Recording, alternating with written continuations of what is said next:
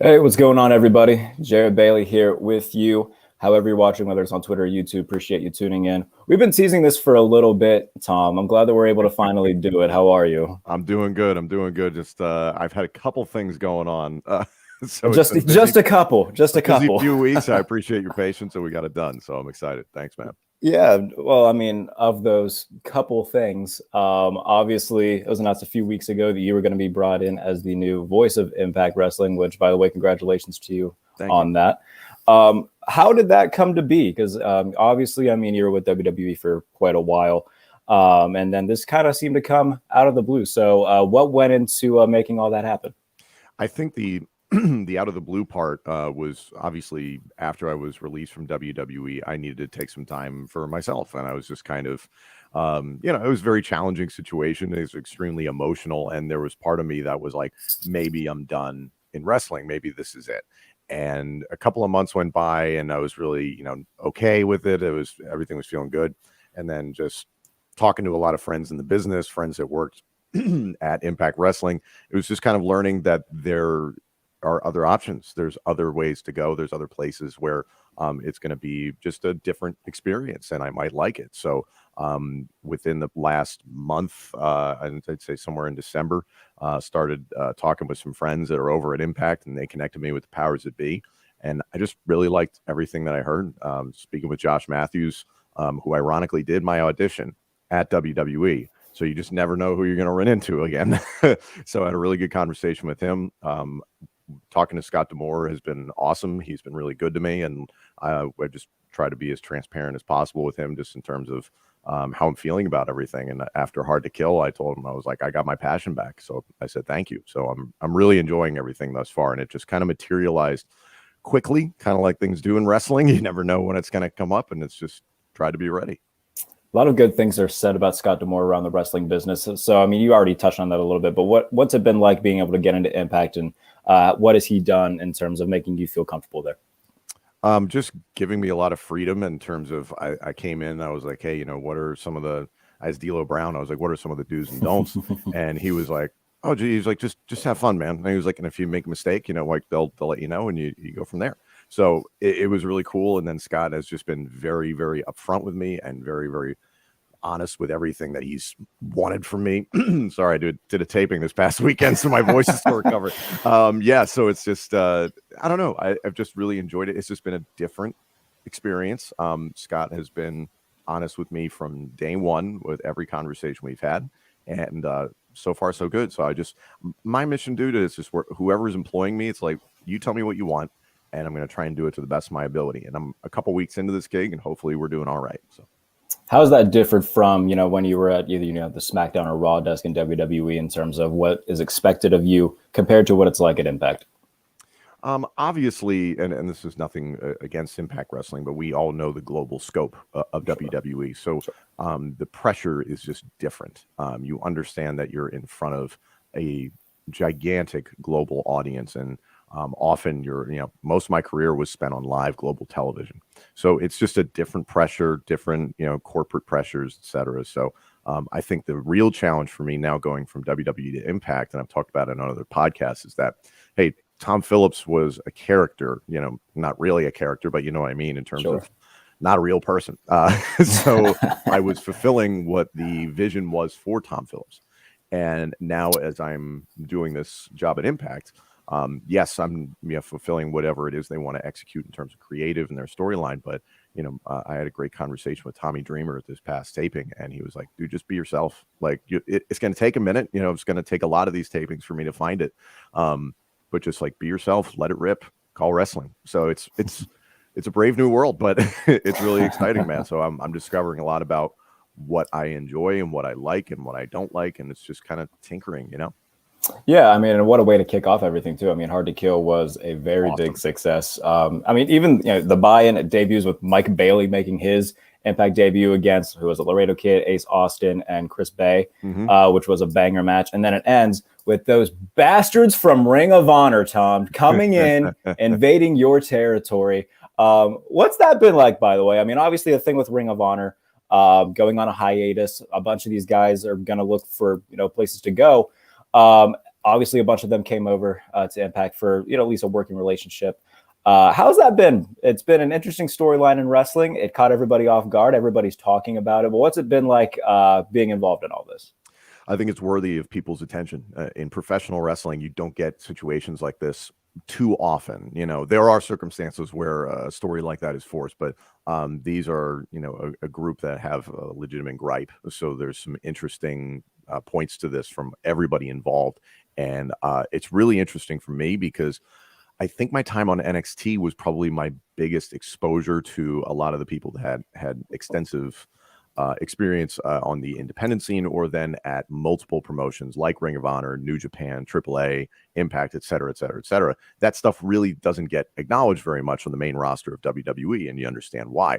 So it's just been like, very quickly, it's like, oh, this is Impact Wrestling, but there's also Ring of Honor stories. There's also New Japan stories. There's also old stories maybe from people that competed in WWE and maybe even AEW, that it's like, hey, it's okay to be aware of these storylines. So it was a lot of cramming and getting ready for all this stuff and just kind of getting educated very quickly. And I'm very grateful that part of that working relationship, I guess you could call it, with Ring of Honor is involved Ian Riccaboni and Bobby Cruz as a ring announcer. And those guys have helped kind of educate me a little bit and fill me in on a few things here and there. And then just calling matches with Ian. He's a fellow Philly, Pennsylvania guy. So that was something I always wanted to do. I'd watched his work from afar. And now I get to do it every once in a while. I guess when he feels like showing up, basically. He's got a great schedule. In terms of, the Ring of Honor versus Impact, are there any dream matches that you could see coming to fruition in this storyline? I mean, like the possibilities are endless. Personally, I always liked Matt Taven from afar. Now I'm seeing a very different side of him, considering what he and his buddies did to my broadcast colleague, D'Lo Brown. So I'm like, what the hell, man? However, Matt Taven, the talent separated from that, I think very highly of. So there's a lot of different guys I would love to see him get in the ring with in Impact Wrestling. And frankly, like, you understand how the independents are. Like, it may be happening maybe for the first time ever in an Impact ring, but these guys might have worked each other in Poughkeepsie, New York one Saturday in 2011 or something like that. So it's like, oh, okay. It's just kind of doing your homework accordingly. But yeah, man, Mike Bennett is somebody that I worked with in WWE. I've never got to call PCO match, and he seems absolutely insane. So that's how about him, by the way, man? That is just insane that he's still doing this at this what age. A wild journey he has had through professional wrestling. And listen, there's so many people that can say that, but what he's become, the cult following that PCO has developed, and it's just taken on this crazy life of its own. It's really cool. Like, you just don't see that very often, and for him to be involved in this group, it's a big opportunity. So a few weeks ago on SmackDown, when something happened that nobody thought would happen, and that seems that WWE was to play with the other kids. Pat McAfee said the word Impact Knockouts champion about Mickie James. Tom, it was incredible. I do need to know, is there a chance that you and D'Lo Brown also participate and go kick the crap out of Michael Cole and Pat McAfee to reclaim the Royal Rumble desk? What are the odds of that happening? Are they greater than zero? None. Yeah, I know. I think D'Lo hung up his boots a long time ago, and I've never won a fight in my life, so I don't think that's going to happen. I think the world of Cole, obviously, I'm on the record for that a number of times, and I obviously love Pat. He and I got to do some awesome stuff in NXT. Haven't spoken to him in a while, but yeah, it was really cool to hear that. And it was like, first of all, myself, I think, was that the SmackDown before Hard to Kill? Yeah. I think Friday so. Right before. Yeah. Yep. So like, I'm in the hotel in Dallas, kind of hiding out from people because I'm a surprise still. And then I see this thing on my phone, and it's like, oh, Mickie James is in the Royal Rumble, and even the WWE Twitter account acknowledging the Impact Knockout title. And I was like, this is Bizarro World. I'm like, I have to go. Tom Phillips, the former Tom Phillips, has to go on an Impact Wrestling pay-per-view tomorrow, and then promote a WWE pay-per-view with an Impact Wrestling champion, Mickie James, who is currently in Impact but was also in WWE. It's like up is down, left is right. It's wild, man.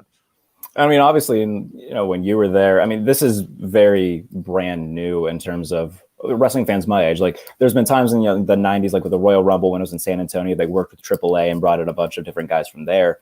and even with like ECW and whatnot. But for the most part, since the end of WCW, WWE has been very hesitant to acknowledge other promotions. So this is different. So what do you think of this whole quote unquote forbidden door thing? Obviously, Impact's been very open with AEW, New Japan, Ring of Honor now. What's it been like to kind of see WWE kind of join the party, perhaps, and see what they can do with all of it? I think it's cool. I think you understand why they've kept the walls up, so to speak, for a long time. They are, the top of the heap, and everybody understands that. So they're just trying to protect their brand and trying to make their stars their stars. So you completely understand it. They're just doing business. But to see AEW in their rise, incorporate Impact, and then respect so many other promotions simultaneously, whether it be Ring of Honor, New Japan, etc. It's just really cool, man. And it's like, it's kind of back to the territory days, which is pretty nuts to think about. I was on Twitter last night watching the football games, and then I followed the Fight TV account, and they're just blowing up Twitter about the GCW event, the World on GCW, and some of the things that are happening. I'm like, what is going on?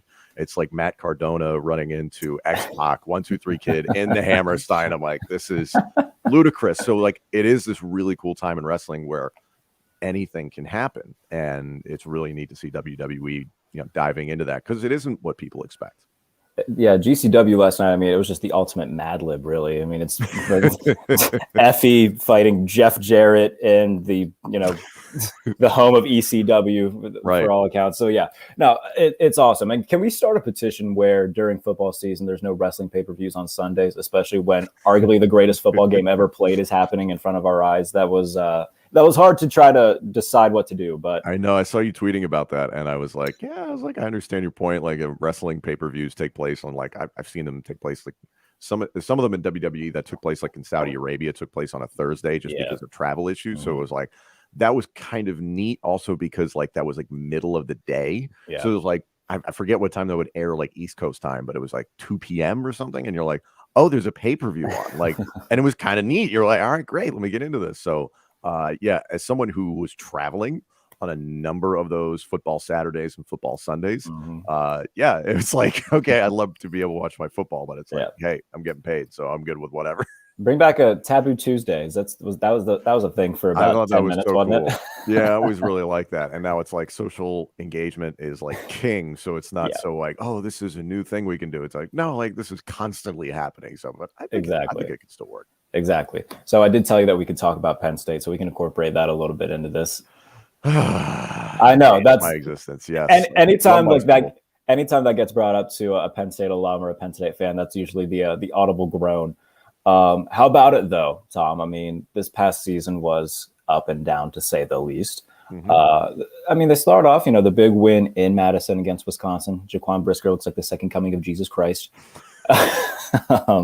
And then beating Auburn, they run the table for the first, I think, 5 games of the year. And then the daunted Big Ten schedule where they face Ohio State, Michigan State. And then it just seems to do what it always does. What's going on over in Happy Valley right now? Because it seems that Penn State is always the biggest tease when it comes to college football, starting off really good and then just crashing and burning. It's a really good way to put it. That's kind of what it's felt like the last few years. It's really tough, Jarrett, because like 2020, you understand why that was such a down year. 4-6, if I remember correctly, or 4-5, and Penn State just, like so many programs, just really had issues when it came to managing the pandemic. And you don't fault them for that. A lot of people, a lot of businesses globally were dealing with that. Right. So then coming into 2021, it was kind of like, all right, last year, you understand it. Now we're ready to go, right?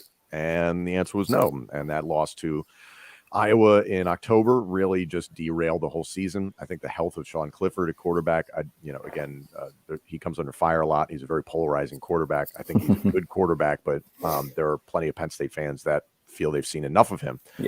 But his health was directly correlated to the success of the offense. So that was a problem since the Wisconsin game that you talked about. First game of the season, he had an elbow injury, I believe. So that Iowa game really derailed everything.